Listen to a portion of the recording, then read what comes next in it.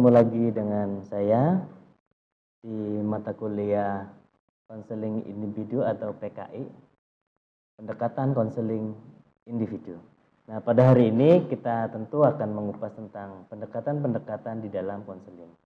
Dalam pertemuan sebelumnya kita sudah membahas tentang bagaimana basic skill, bagaimana keterampilan-keterampilan dasar yang perlu digunakan dalam konseling.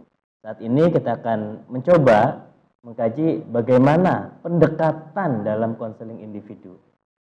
Oke, seperti yang kita ketahui di sini, kita akan mencoba mengupas beberapa pendekatan ya dalam konseling individu. Yang pertama adalah person centered.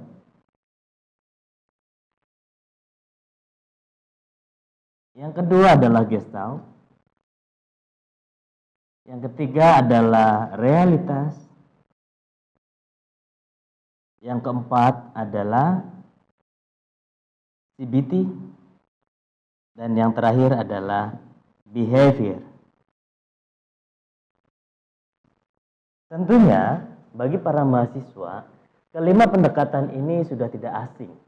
Karena dalam proses konseling individu, kelima pendekatan ini sudah pasti dipelajari dan sudah pasti tentunya harus di luar kepala gitu ya. Tidak hanya sekedar hafal dan itu pun bisa diimplementasikan. Mana tem-tem dari kelima ini baik perbedaan ataupun persamaannya. Teori boleh, kasus boleh satu, tapi dalam praktek pemilihan pendekatan itu berbeda-beda seperti yang bisa diketahui.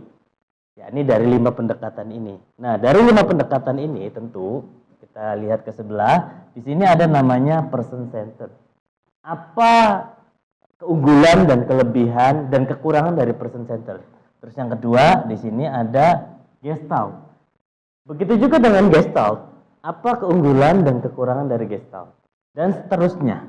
Ya, di sini realitas, terus CBT dan juga behavior. Oleh karena itu, inilah yang menjadi materi kita selama dalam satu semester yang akan kita ulas. Sejauh mana pendekatan-pendekatan konseling individu yang bisa teman-teman, bisa mahasiswa pelajari.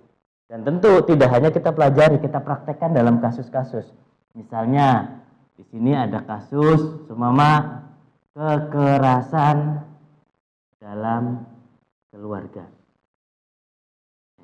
Kasusnya adalah kekerasan dalam keluarga. Dari kasus kekerasan dalam keluarga itu kira-kira akan menggunakan pendekatan apa? Nah, ini menjadi pertanyaan besar. Menjadi pertanyaan kita, kira-kira kasusnya kekerasan keluarga. Nanti kita kaji lebih dalam lagi dalam sebuah kasus. Misalnya yang kedua, yakni bullying. Kasus bullying. Ya. Nah, kasusnya adalah bullying. Kira-kira dari kasus bullying ini akan menggunakan pendekatan apa? Tentu ini juga kita akan bahas dalam proses mata kuliah pendekatan konseling individu.